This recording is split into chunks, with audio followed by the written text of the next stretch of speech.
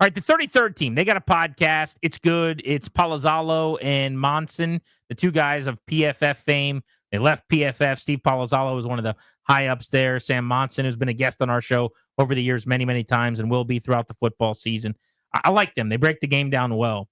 But they had a pretty anti-Commanders conversation, or at least had a discussion where they were open to the idea that the Commanders are going to regress this season, that they overachieved last year. And I saw it, and I said, okay, this will be a good discussion for you and I. Let's have a dialogue on this. And I started to jot down little times of cuts that I wanted Darius to pull. Uh-huh. And as I was like, okay, I want those 20 seconds. I'm like, you know what? This is several minutes. It's just them breaking it down. I was like, why don't we just play it? We'll start it. We'll stop it. We can agree or disagree. But this is, I don't think it's negative. Is probably not the right word. This is the other side of... It's the air out of the balloon. It's the grounding of the expectations a bit. I think a lot of people in the fan base are sold that this is going to be a really good team. You and I think they're going to be pretty good. There is another side of the conversation. So this is, again, the 33rd team. This is Check the Mic, the show that Palazzolo and Monson do, talking about the Commanders. So we'll jump in as we need to here. Here's what I would say for Washington. Did they overachieve last year? Like, did they just do too well in year one? There's definitely reasons for great optimism in Washington, but it also, when you go unit by unit, as far as breaking down this roster, are they actually as good as teams like the Eagles and the Lions? I know they beat the Lions in the playoffs. I hear you, but are they actually that good and primed, for regression this year, despite Jaden Daniels looking like a future star? So just pause that real quick. Reasonable question. Yeah. By the way, totally reasonable. I remember back to Ron Rivera's first season when they were not that good. They played backup quarterbacks. They had a favorable schedule. They won 7 games because they were lucky to. They won the division. They made the playoffs. Remember the Eagles called off the Dogs when they were beating them. That's right. And benched their quarterback, Hurts, at the time, so that the Giants wouldn't win the division and Washington would. And Nate Sudfeld came in and he gave the game away and Washington with Alex Smith made the postseason, and the next week started Taylor Heineke for the pylon game. But he's asking, are we sure they're better than the Eagles and the Lions? How could anyone be? But a lot of these power rankings are suggesting they're kind of right there, that they're better than Green Bay and Minnesota and San Francisco and all those teams. Talent-wise, they are not. And that didn't matter last year. If Daniels is awesome, then maybe you have a chance. And that's kind of the point, especially in the second half of the season, he was masking so many issues. I've said the same thing a million times. I'm blue in the face. I'm sure everybody's sick of the refrain. They were playing ball control football without a running game. Just having him do it, it's insane. The only time they ran it worth a damn, and it belied how bad it really was that Titans game. Who basically they'd given up by that point. They were terrible. Washington took advantage to their credit. I think the first carry of that game for B-Rob was a 40-yard touchdown. Yeah, it was a house call, untouched. Yeah, untouched. The rest of the time, it was... By the way, that was a top 5 run defense. I think they were second or third in the NFL. Coming into the game. They mauled them that day. Yeah, so however that happened. But the rest of the rushing totals, you look at it, they're Daniels' rushing totals. And it was a disaster when it came to that part of the football. But they ran it fine, so you look at some of the numbers. But again, it was because of Daniels doing it. Masking every single deficiency, of which there were many. You get, again, 90-whatever percentage of fourth downs. If you get 70%, maybe you lose 2 games. If you don't get a Hail Mary, maybe you lose a game. They overachieved last year. I had a blast too. But the point is, counting on the unsustainable as sustainable has been a folly of this fan base forever. Well, there's a history of that. When 2012 happened and you rip off 7 straight wins and you go 10-6 and you win the division and then you just go into 13 thinking everything's going to be fine. Obviously, it was a very different story because of the Griffin injury going into the offseason and the all-in for week 1 campaign that kind of had, whether people knew it publicly at the time or not, really affected negatively that entire locker room. But I joke all the time about the Nationals, that they're like a 79 or 80 win team with a 62 win bullpen or whatever. The Commanders are last year probably an 8-win team with a 14-win quarterback. And when you add them together, you got 12 wins. But Jaden Daniels played at a level where you could be the 1 seed, and the rest of the team was probably a 500-ish type team, and they ended up winning a dozen games. All right, let's keep listening. Yeah, so it's a bit like the Giants season from a couple of years ago where they surprised everybody, made the playoffs, and then I think what really did them in was they won a playoff game by beating Minnesota when Dexter Lawrence just decided to individually destroy the Minnesota Vikings offensive line. And that win in particular was what kind of got everybody misaligned, I think, on what the Giants were going forward.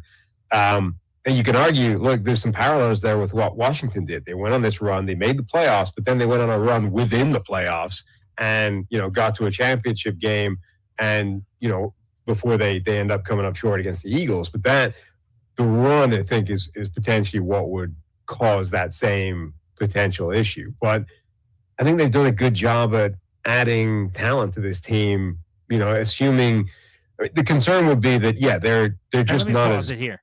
So Monson wasn't quite correct because the Giants didn't get to the NFC Championship game. They won one playoff game.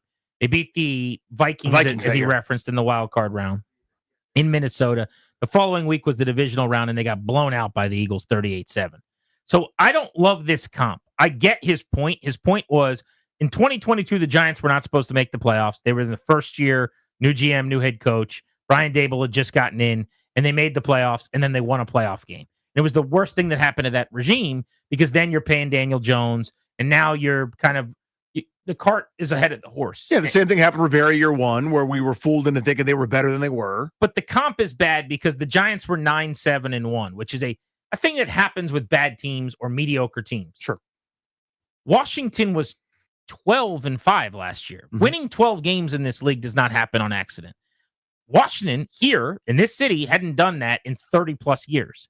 Winning 11 is hard. Not everyone's been able to do it once or twice, except this team. Mm-hmm. But they went 30 years without doing it. So the 12 wins is very, very different than 9-7-1, number one. And number two, they did win multiple playoff games, unlike that Giants team that beat a pretty flawed Vikings team that had won 1 million games late. With a negative point differential. Yeah, come from behind wins and had a terrible interior offensive line. The strength of the Giants, as he mentioned with Dexter Lawrence, was the defensive tackle spot. It was a good matchup for them. Kind of a toss-up game going into the playoffs.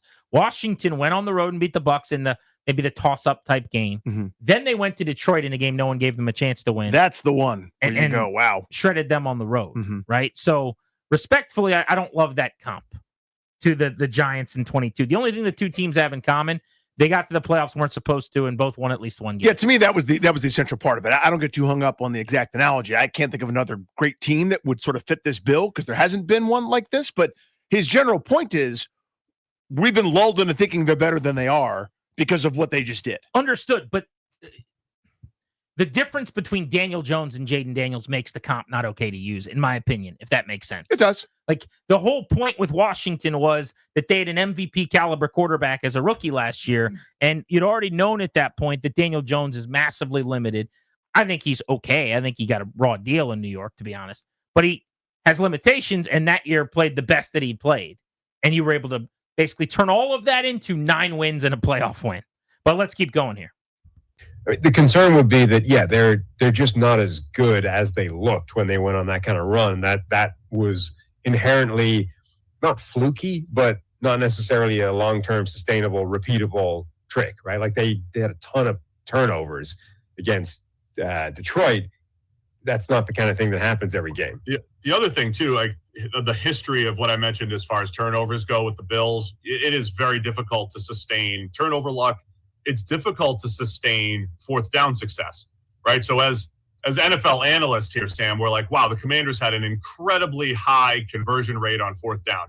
And we come out and we say, well, Jaden Daniels is a huge part of that, which is absolutely true. His run pass ability and the options that you have with Jaden Daniels give you many more, just you to be more effective on fourth down. However, the 2019 Ravens always come to mind. They were unbelievable on fourth down. They run into the playoffs. They go 0 for 2 right off the bat against Tennessee and get upset because we know that those things can be fluky. So if the Commanders just revert back a little bit in just fourth down conversions, you're talking about a potential regression. I know this is the point. Yeah, this is the drum I've been beating. You could still have an excellent percentage where of course it's the right call to go for it. And you get it 3/4 of the time.